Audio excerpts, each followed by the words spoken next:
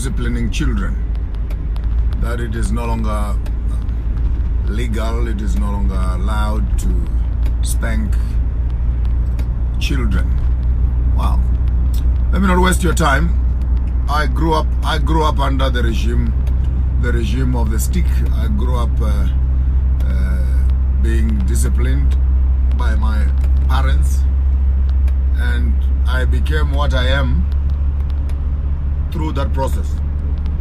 And for all practical purposes, if the government now wants parents to adopt a new method of bringing up children, maybe firstly they need to show us their children as government, which can give us an example of what government children look like. Secondly, I think it would be important that the government runs workshops around the country and introduce the parents, teach the parents the new methods of parenting, and show us the results, show us the researches that they are talking about in terms of this new methodology of bringing up children. Over and above the community education program, it is to try and benchmark these children.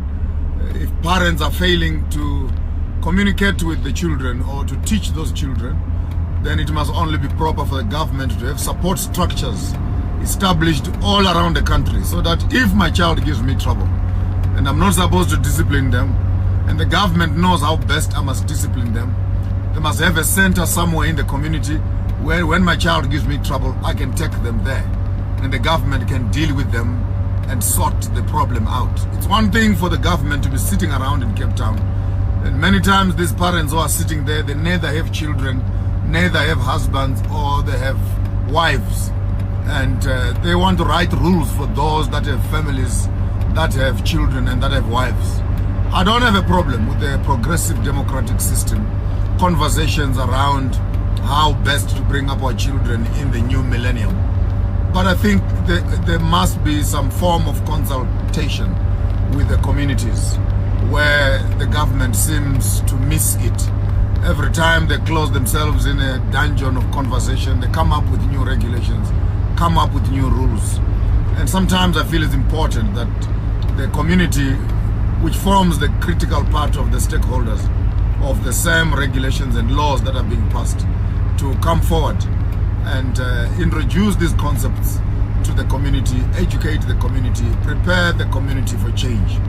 It's one thing just to wake up in the morning with a rule like that.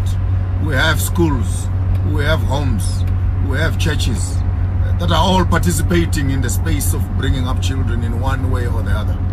And for the government to sit all by itself and come up with legislation without consulting the community, consulting the churches, for example, consulting the very masses that are going to be affected directly by these regulations, consulting the schools at large, and not only just to inform them, but to creatively look at solutions of how best we can bring up our own children. I have a recommendation for the South African government.